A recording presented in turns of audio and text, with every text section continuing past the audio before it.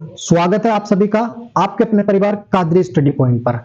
आज की ये क्लास हमारी सांख्यिकी की तीसरी क्लास है और इससे पहली दोनों क्लासों में मैंने इसका बेसिक कवर कर लिया, आपको पढ़ा दिया है। इससे पहली क्लासों में मैंने आपको बताया था कि सामूहिक डाटा और असामूहिक डाटा में दोनों में माध्य, माध्यिका, बहुलक या और भी जो सारी चीजें निकाली जाती हैं वो कैसे निकाली जाती हैं। अब आज की इस क्लास में हम इस चैप्टर से रिलेटेड सारे सवाल करने की कोशिश करेंगे।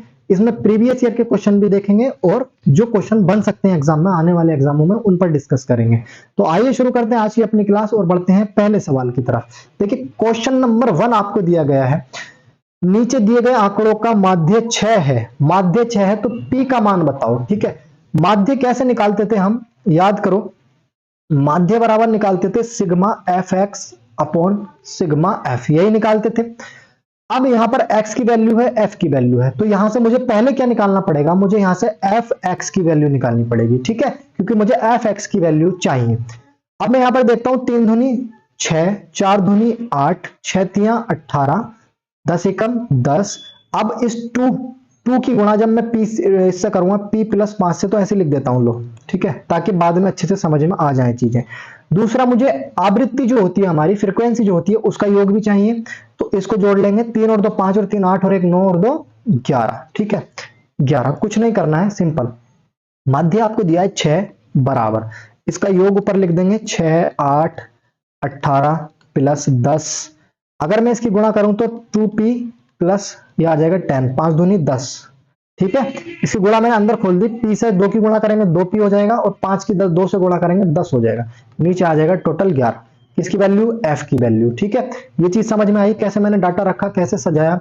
सबका योग ऊपर और जितनी मतलब फ्रीक्वेंसी का योग नीचे, और ये क्या है, इसका माध्य। इसको इधर गुणा कर देंगे तो 11 6 66 हो जाएगा। अब इसे जोड़ लो, 8 और 6 14 हो जाएगा। 14 और 20 कितना हो जाएगा, 34 हो जाएगा। 34 और 8 कितना हो जाएगा, 40 42 52 हो जाएगा। ठीक है, कितना हो जाएगा, 52। 52 प्लस 2p। क्लियर, p की मुझे वैल्यू निकालनी है तो p एक तरफ रखूंगा और 66 में से घटा दूंगा 52, कितना बचेगा, ये 8 तो ये हो गया, 14 हो जाएगा। ठीक है, 2p की वैल्यू 14, मुझे p की वैल्यू निकालनी है तो 2 से जब मैं 14 को डिवाइड करूंगा तो 7 आ जाएगा। ठीक है, कहने का मतलब ये है 2 से 14 को काटूंगा 7 बार कट जाएगा आपका, तो p की वैल्यू आपकी आ गई 7। इस प्रकार के सवाल आपसे एग्जाम में पूछे जाते हैं और पूछे भी जा सकते हैं आगे। रेलवे के लिए कितने ज्यादा इंपॉर्टेंट है ये आप जान ही सकते हो, ये चैप्टर बहुत ज्यादा इंपॉर्टेंट है। अगर आप रेलवे की तैयारी कर रहे हो तो इस चैप्टर को मत छोड़ना बिल्कुल भी। ठीक है, क्योंकि इस चैप्टर से सवाल बनते ही बनते हैं। देखो सेम सवाल ऐसे ही है आप सभी के लिए। माध्य दिया है 20 और आपसे पूछा है फिर से p का मान बताओ क्या होगा। तो माध्य में क्या करेंगे, हमें fx की वैल्यू निकालनी पड़ेगी। fx मैंने निकाला 15 दूनी 30, 17 दूनी 34, 17 तिया 51, 19 चौक 76। अब इसकी वैल्यू कैसे निकलेगी वो देखो, इसकी वैल्यू कैसे निकलेगी, अभी ऐसे ही लिख देता हूं। 5p की गुणा करनी है आपको 20 प्लस p से। ठीक है, 20 प्लस p से। उसके बाद ये बचा 23 गुणा 6, 6 तिया 18, हासिल 1 6 दूनी 12 और 1 13, यानी कि 138 आपका आ गया। इसमें मुझे काय की जरूरत पड़ेगी, फ्रीक्वेंसी का जो योग है उसकी भी जरूरत पड़ती है। 2 और 3 5 हो जाएगा, 5 में 4 जोड़ोगे 9 आ जाएगा, 9 में 6 जोड़ोगे 15 आ जाएगा और 5p ऐसे का ऐसे ही आ जाएगा। ठीक है, माध्य बराबर फॉर्मूला क्या है, sigma F x upon sigma F. देखो चीजें आप सीख चुके हो सारी, अब थोड़ा सा स्पीड से चलना भी चाहिए। ठीक है, ये नहीं कि एक चैप्टर की 10 क्लासें 20 क्लासें कर रहे हैं, ऐसा कुछ नहीं है। ठीक है, जितना जल्दी तेज हो सकता है उतना तेज हमें पढ़ना भी चाहिए, क्योंकि जब चीजें हम जानते हैं सीख चुके हैं तो उसमें क्या दिक्कत आ रही है।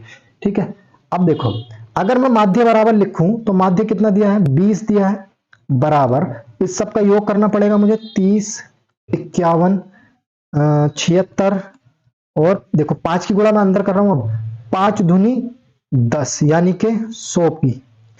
5p की गुणा 5p की गुणा p से करेंगे तो 5p स्क्वायर प्लस आगे है 138, ये सारा योग मैंने लिख दिया इधर, और नीचे आ जाएगा 15 प्लस 5p, क्योंकि फ्रीक्वेंसी का योग कितना है 15 प्लस 5p। बस इसे सिंप्लीफाई करना है, इसे सोल्व करना है और कुछ भी नहीं करना है इसमें। ठीक है, और कुछ नहीं करना है। अब इसे जोड़ लो, कितना आ जाएगा ये, कितना आ जाएगा ये 138 76 51 30, ठीक है। 8 और 6 14 और 1 15 का 5 हासिल 1, 7 3 10, 5 15, 3 18 और 1 19 का 9 हासिल 1 यानी कि 2। ये आपके पास आ जाएगा। इसकी गुणा तो इधर हो जाएगी 20 में, ठीक है। तो देखो 15 दूनी 30 यानी कि 300 प्लस 2 की गुणा, जब 20 की गुणा 5 से करोगे तो ये फिर से हो जाएगा 100 पी इजिकल टू, ये आपके पास आया 295 प्लस 100 पी ऐसे ही रहेगा प्लस 5 पी स्क्वायर ऐसे ही रहेगा। देखो 100 पी से 100 पी कट जाएगा। अब ये 295 जब घटाओगे 3 में से तो बच जाएगा 5 और इधर है 5 पी का स्क्वायर।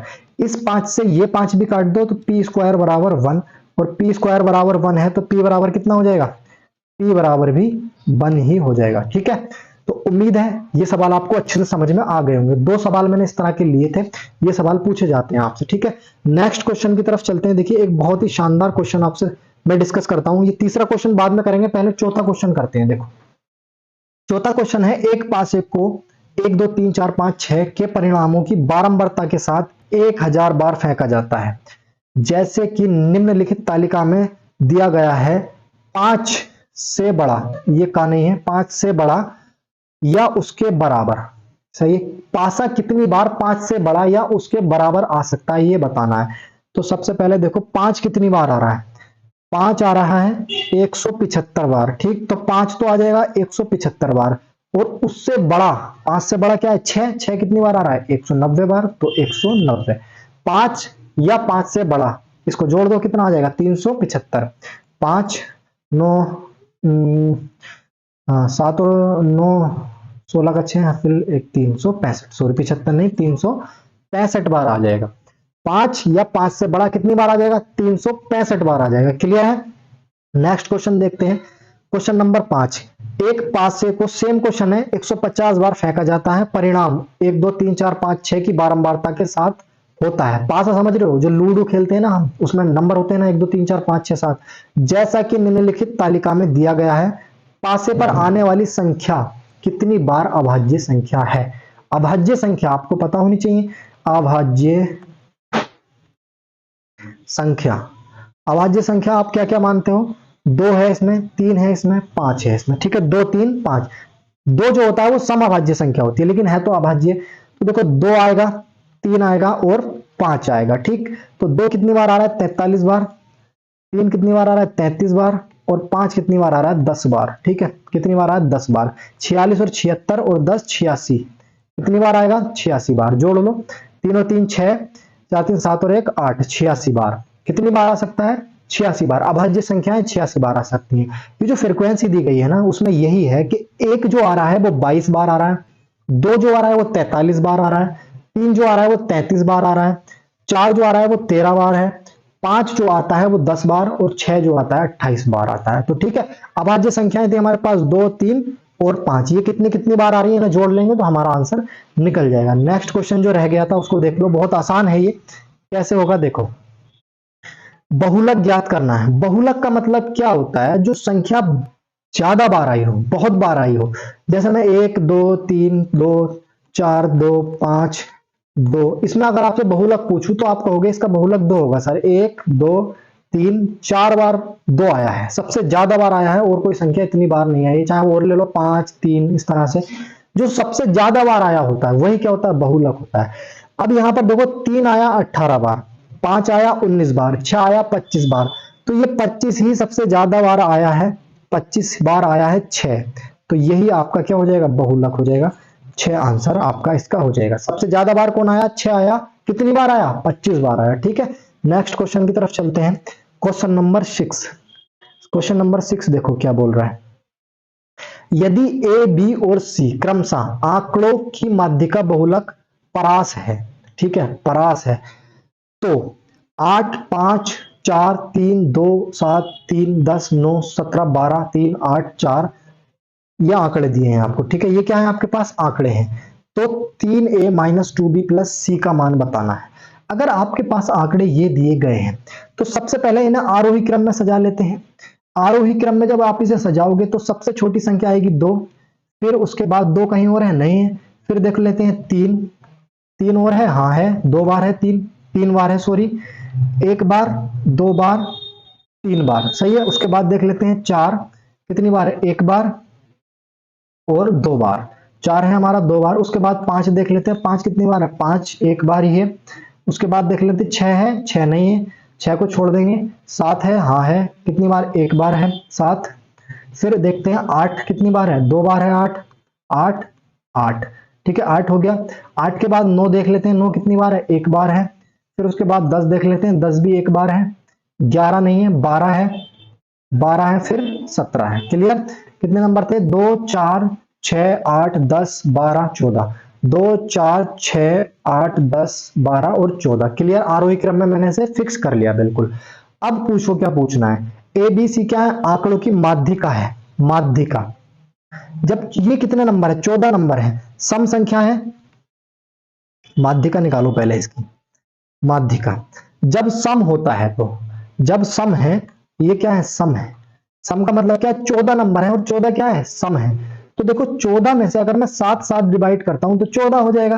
तो 6 इधर छोड़ दो आप, जैसे कि मैंने लिखा दो चार, 6 नंबर ये छोड़ दो, दो चार 6 नंबर इधर छोड़ दो, और जो जो दो बीच में बचे हैं उनका योग करके दो से भाग कर दो, 12/2 यानी कि 6 आपकी माध्यिका आ गई इसकी। दूसरा उसने बोला कि बहुलक, बहुलक यानी कि जो सबसे ज्यादा बार आया हो।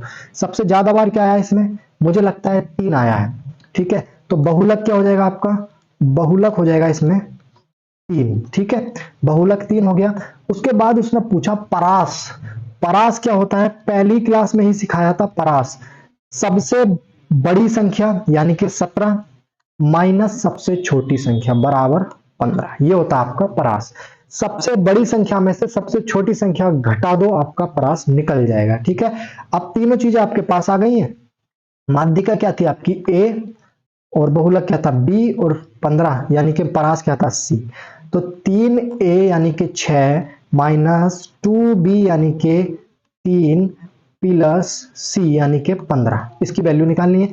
6 तियां 18, 3 दूनी 6 प्लस 15, 15 15 30 और 3 33 माइनस 6 यानी कि 27 आपका आंसर आ जाएगा।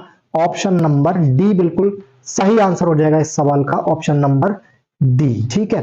तो इसमें क्या था, आपको एक डाटा दिया गया था, उसमें आपसे 3a minus 2b minus sorry plus c का आपसे वैल्यू पूछा था, जो क्या थे, माध्यिका, बहुलक और परास था।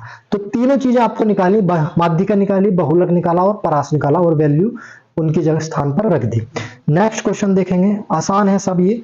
अब समझो, देखो एक सप्ताह में एक बैग चाय की कीमत 350, 340, 270, 360, 310, 300 थी।